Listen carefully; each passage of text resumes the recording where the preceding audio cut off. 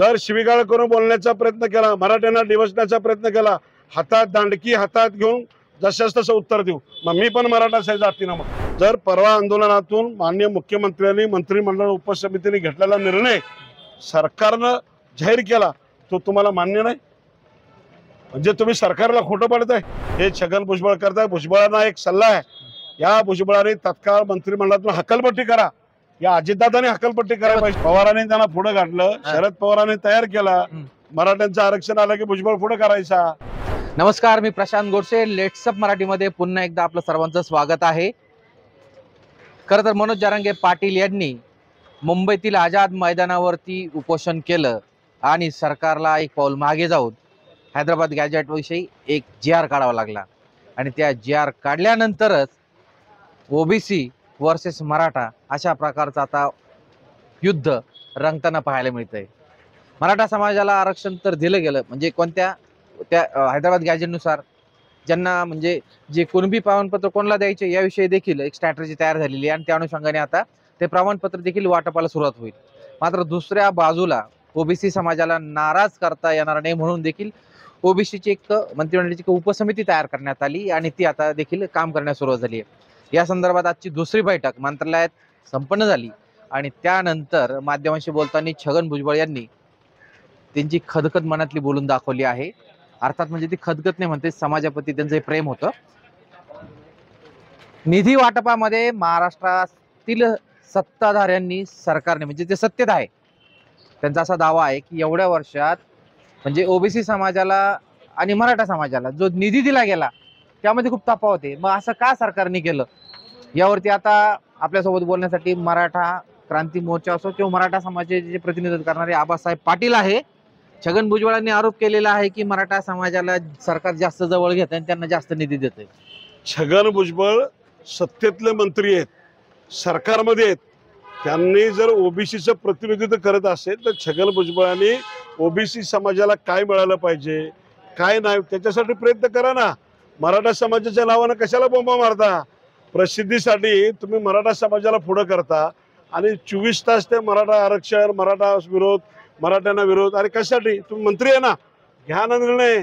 कुणी अडवलं? उपसमिती केली ना, दिलं ना सहीचा अथॉरिटी तुम्हाला, घ्या की निर्णय दणादण द्या। ओबीसीला काय द्यायचे? तुम्ही फक्त ओबीसीच्या नावानं वापर केला आणि गेल्या 40 वर्षामध्ये ओबीसीच्या नावावरती फक्त तुम्ही 3-4 जातीच पुढारल्या आणि बाकी ओबीसीवर अन्याय केला। कुठे आहेत बाकीचे? अहो तुमच्या एका समाजाचे भुजबळ साहेब 16-17 आमदार, दुसऱ्या एका नेत्याचे परळीतल्या त्यांच्या समाजाचे 13-14 आमदार, मग कुठे आहेत बाकीचे ओबीसी? एकच पर्व ओबीसी सर्व, आणि मग बाकीच्या ओबीसीना अक्षता वाटण्याच्या अक्षता लावायच्या। त्यांचा कुठे जिल्हा परिषद सदस्य नाही, पंचायत समिती सदस्य नाही। तुमच्या घरात आमदार, तुमच्या घरात खासदार, तुमच्या घरातले सगळे तुम्ही ही जी आकडेवारी घ्या शासनातली, या शासकीय आकडेवारीमध्ये जिसकी जितनी संख्या भारी उतनी उसकी भागीदारी काढा ना। मग ओबीसीतल्या 346 जाती म्हणता ना, मग तुमच्या 4 जातीची आकडेवारी आणि बाकीच्या जातीची आकडेवारी कडून सांगा ओबीसीना। त्या ओबीसीना सांगा कुणी अन्याय केला ओबीसीच्या वरती। कधी डिबेटला समोरून बसायचं भुजबळांनी आणि त्यांच्या पिलावळीने, उत्तर आम्ही देतो। आम्ही कधीच कुठल्या ओबीसीवरती अन्याय केला नाही, अत्याचार केला नाही। 2,500च्या गोष्टी तुम्ही करता। अरे तुम्हाला कोणी अडवलं? 2,500 तुम्ही घ्यायचे होते। तुम्ही मान्य करा ना 54% समाज जर ओबीसी आहे, 54%, मला एक सांगा की ज्या पद्धतीने 25,000 कोटी 2500 कोटी याच्यात खूप मोठी तफावत आहे ना। त्याचं उत्तर देतो ना तुम्हाला मी। या 70 वर्षामध्ये मराठा समाजाला एक ओळीचा शासन निर्णय कुठल्या सरकारनं काढला नाही। बरेच 14-15 मुख्यमंत्री झाले, एकाने काढला नाही। ज्या वेळेला देवेंद्र फडणवीस साहेब सत्तेवर आले त्यांनी या मराठा समाजाला गेल्या 5-7 वर्षामध्ये 1200-1300 कोटी रुपये देण्याचा प्रयत्न केला।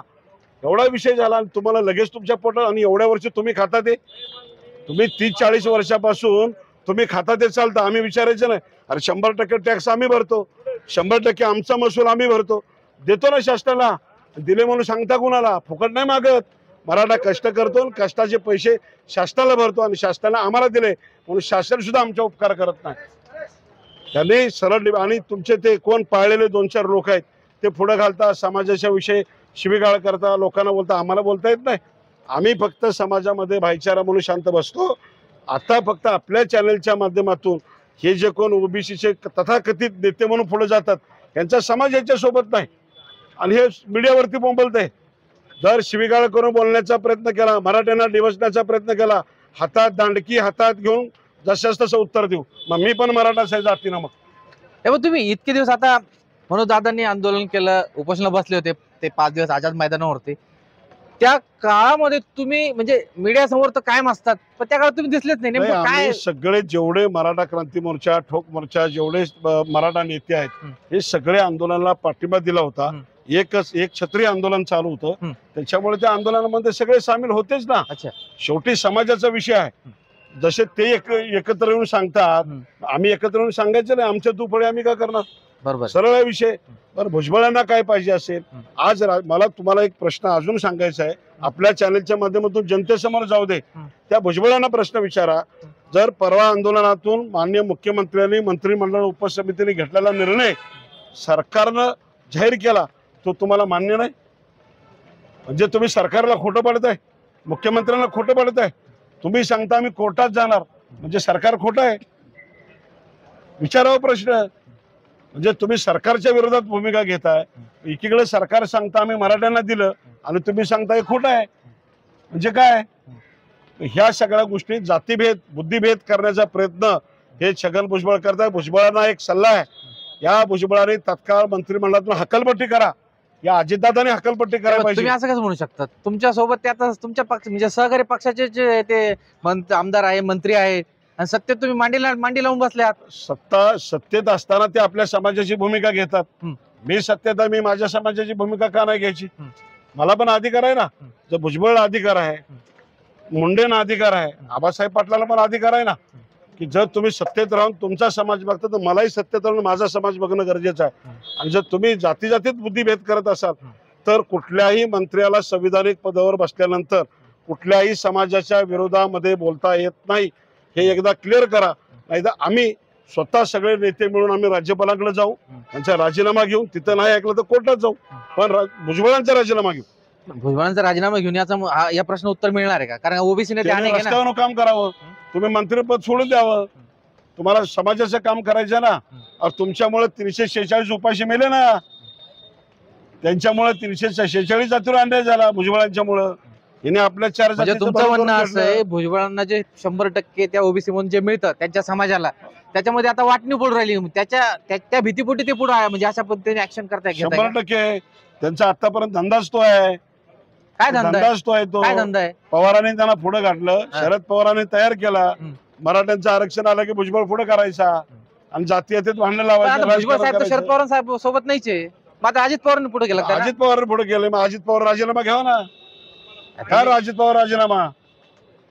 तुम्ही सत्तेत आहे ना. सत्तेतल्या माणसानं समाजामध्ये जातीभेद आणि बुद्धिभेद करत असेल तर राजीनामा घेऊन रस्त्यावरून करा आंदोलन. तुम्ही आता अजित पवारांना सांगता त्यांचा राजीनामा घ्या, पण राज्याचे मुख्यमंत्री देवेंद्र फडणवीस आहे, तुम्ही आता त्या पक्षासोबत आहात. त्यांच्याकडे साहेबांना सुद्धा बोलू ना, माननीय मुख्यमंत्र्यांच्याकडे सुद्धा आम्ही मराठा नेते मागणी करू भुजबळचा राजीनामा घ्या म्हणून. डायरेक्ट मागणी करून आम्ही राज्यपालांच्याकडे करणारच आहे. आम्ही आता मुख्यमंत्र्यांच्याकडे तुम्ही सांगितल्यानंतर करू. नाही, मी सांगण्यात इतका मोठा नाहीये, पण माझं म्हणणं असं आहे. परंतु आता एक मतप्रवाह अशी चर्चा आहे, म्हणजे आपण त्याला म्हणतो दबक्या आवाजामध्ये, की एका बाजूला आरक्षण द्यायचं, आरक्षण देणं, JR काढणं, आणि दुसऱ्या बाजूला भुजबळ पुढे करणं. हे बघा, नेमकं कोण याच्या पाठीमागचा कोण आहे? हिरो कोण आहे मेन? आतापर्यंतच्या कारकिर्दीमध्ये गेल्या 60-70 वर्षामध्ये मराठा समाजाला कुठल्याच सरकारनं एक ओळीची सवलत दिली नाही. आज देवेंद्रजी फडणवीस साहेब सत्तेत आल्यानंतर ह्या सगळ्या गोष्टीला विरोध का होतोय? का विरोध होतो? त्यांनी सगळ्यांना देण्याचा प्रयत्न केलाय ना. ह्या समाजातली विषमता दूर करण्यासाठी देवेंद्रजीने ओबीसीला दिलं, मराठ्याला दिलं, दलितांना दिलं. पण ते देत असताना तुम्ही सत्तेतलीच लोक त्यांच्या निर्णयावर विरोध का करताय? हा सवाल आमचा आहे ना. त्याला उत्तर त्यांच्याकडे मागा, मी कसं उत्तर देणार? मनोज जरांगे पाटलांनी मुंबईला विटीस धरूनच करून घेतलं असं देखील आता आरोप करताय भुजबळ. तुम्हाला कोणी अडवलं? भुजबळ म्हणा तू आंदोलन कर, राह उपाशी, ये ना मुंबईत, आम्ही सपोर्ट करतो ना. 2-4 दिवस उपाशी राहून बघ. मंत्री छगन भुजबळ जर उपोषणाला बसले आझाद मैदानावरती, तर तुम्ही मराठा समाज सपोर्ट करणार त्यांना? करू की उपोषण? करून तर दाखव म्हणाव. 4-5 दिवस उपाशी राहून दाखवू दे भुजबळानं. कशाला वल्गना करते इकडे तिकडे जाऊन मीडिया समोर? येऊ दे ना मैदानात, मैदान येऊ दे शबाना भुजबळला. समाजाच्या वतीने तुम्ही सपोर्ट करणार भुजबळांच्या उपोषणाला?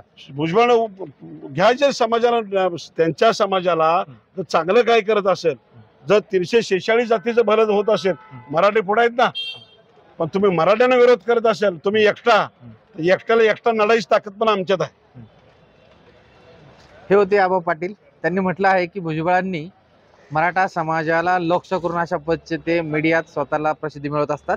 मात्र त्यांनी जशा पद्धतीने मराठा समाजाच्या विरोधामध्ये एक वेगवेगळ्या माध्यमातून विरोध दर्शवला आरक्षणाला, तर त्यांना जशाच तसं उत्तर देण्याची धमक आमच्या मराठ्यांमध्ये असल्याचा त्यांनी स्पष्ट इशारा मंत्री छगन भुजबळ यांना दिला आहे.